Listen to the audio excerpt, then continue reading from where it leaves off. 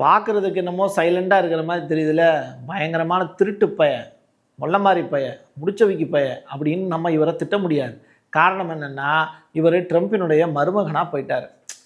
நம்ம பையலாக போயிட்டாப்புல, அப்புறம் எப்படி திட்டுறதுன்னு கேட்டால், அவர் நம்ம பைய கிடையாது, அவர் ஒரு யூதர்.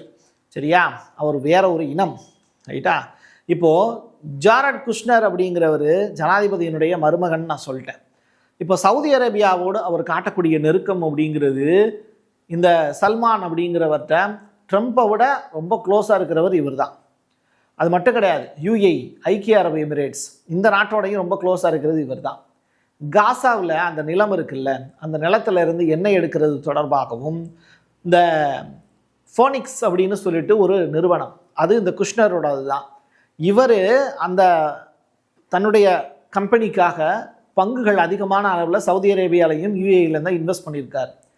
இந்த 3 நாடுகளும் மூன்று பேர் ஒன்றாக சேர்ந்துக்கிட்டு, இவர் தான் அமெரிக்கா, அமெரிக்கா தான் இவர்னு வச்சுக்கோங்களேன். அப்போ அமெரிக்கா, யுஏஇ, சவுதி அரேபியா, இந்த 3 நாடுகளும் ஒன்றாக சேர்த்துக்கிட்டு திருட்டு வேலையில் ஈடுபடுறாங்க காசாவில். இதை ஈரான் ரொம்ப காலமாக பார்த்துக்கிட்டு தான் இருக்காங்க. சரி, இதுதான் சரியான தருணம்னு சவுதி அரேபியாவையும் யுஏஇவையும் பொலன்னு பொழக்கிறாங்க. உண்மையை வெளியிலையும் சொல்ல முடியாது, அடிக்காதீங்க அப்படின்னு அழுகவும் முடியாது. அதனால் நடக்கிறது நடக்கட்டும், நிறையா லாபம் சம்பாதிச்சிட்டோம், இருக்கிற வரைக்கும் இருந்துட்டு போவோம் அப்படிங்கிற அளவுக்கு இந்த 2 நாடுகளும் வந்துட்டாங்க. பட் குஷ்னர் அப்படி இருக்க முடியாதுல்ல. அமெரிக்கா அதிபர் ட்ரம்ப்பு, ஸோ அவரை வச்சு விளையாட்டு காட்டிக்கிட்டு இருக்காரு. பார்க்க தான் ரொம்ப சைலண்டாக இருக்காப்புல. பயங்கர கிரிமினல் பர்சன்ஸ் இவங்க தான்.